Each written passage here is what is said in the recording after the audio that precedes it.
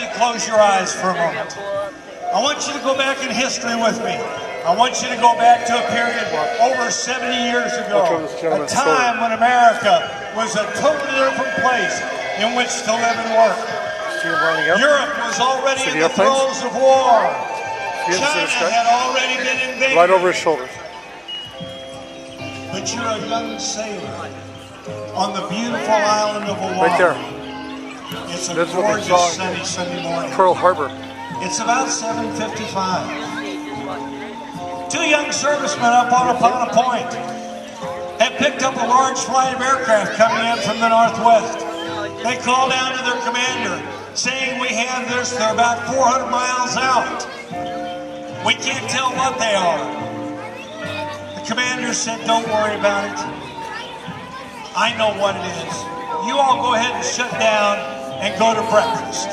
He thought it was a flight of B-17s coming in all from the United States because he heard the radio station at Upon a Point that morning. But suddenly, and without warning, at 7:55 in the morning, 283 aircraft, having been launched from the Italian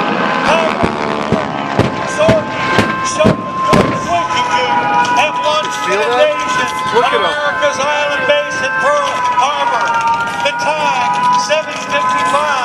The date, December the 7th, 1941. And you are there. They're attacking, oh no. The Mitsubishi A6M0, the Nakajima B5NK, and the IATV. That's how they shot the shooting gun. And Yamamoto had ordered one of his commanders by the name of Int'l to put together a battle plan that would eliminate the American Pacific Fleet from the face of Pearl Harbor. Young servicemen were just preparing to raise the flag on the United States battleship Arizona when the invaders started high above the IATV 389 bomber, a 250-pound bomb between the wheel wells. Left wing tip, it takes aim at the Arizona. Look at those guys. It starts its dive down from 10,000 feet. The bomb is released. It goes through the first one, then two, then three decks into the forward magazine. Watch it, here he comes, That great ship exploded with such force. Almost 1,200 American young sailors went to a watery grave. They sleep there today.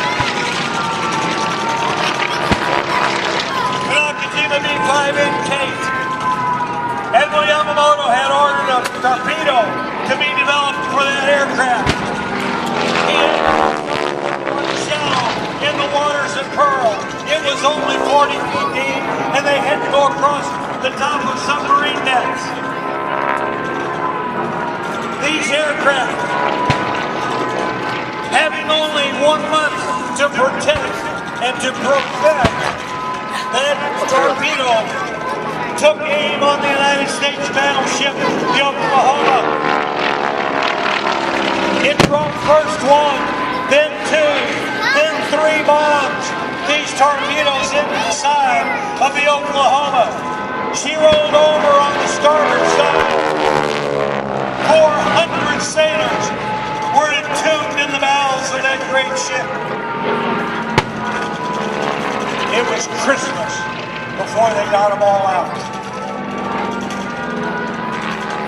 Some of them had lived almost 20 days. For over 2.5 hours, this continued. This invasion of American soil, this unannounced invasion of America's island base at Pearl Harbor. The Mitsubishi A6M0, one of the fastest aircraft in the Pacific air. Two young servicemen, Lieutenants Ken Taylor and George Welch, managed to get their aircraft out of Hawaii. They got them loaded with fuel and ammunition. They got them airborne. They managed to shoot down 7 of the invading forces that morning. General Admiral Walter Short. He was the commanding officer of the Hawaiian Self-Defense Force. He owned Hickam Field, this great long runway out in front of Hickam. He ordered all of his aircraft parked out there. He was afraid of sabotage. One young serviceman told me, he said, Ken, all I had was a pistol to protect myself in all of those aircraft with. He said they were flying so close to me, I could see the whites of their eyes. The second wave came in. Another 183 aircraft. Hickam, Bellows, Haleiwa, Marine Corps Air Station out of Harbor's Point. All of these fields were invaded. And it continued. Feel the concussion of the bombs. Listen to the sounds of war. It's not pretty, is it? Admiral Shuichi Nagoma, the commander of the First Fleet, sent a third wave of aircraft in. He chose not to do that. As a result of that, our munitions, our submarines, many of our ships were able to be put back together and to fight another day. The Oklahoma never had that opportunity.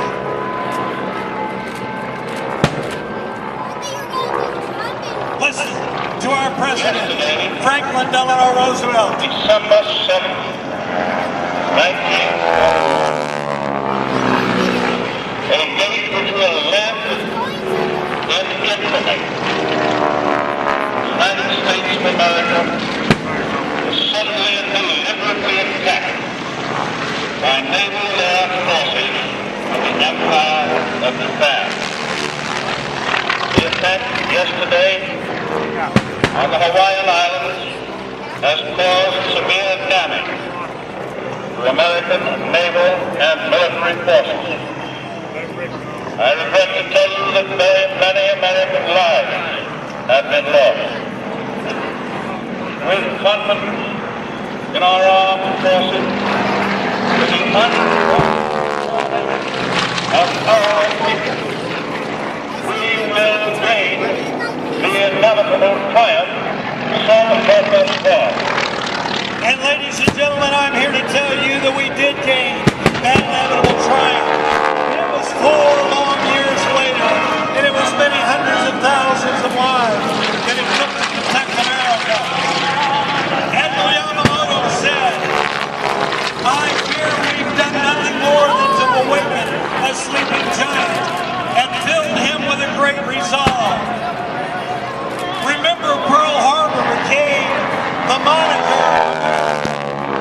Young boys started taking their little red wagon and they would collect metals and trash and stuff and take it to the recycle yard so that it could be made into things that our troops needed to fight against. America started to grow victory gardens, and we built 45,000 airplanes. Young men went and enlisted in the military, some of them not even out of high school yet. When America pulled together on December the 7th, 1941, just like it did on September the 11th, 1991, America pulled together as it had never done before. Regardless of whether it was World War I, or II, or Korea, or Vietnam, or Panama, or the Persian Gulf, or now Afghanistan.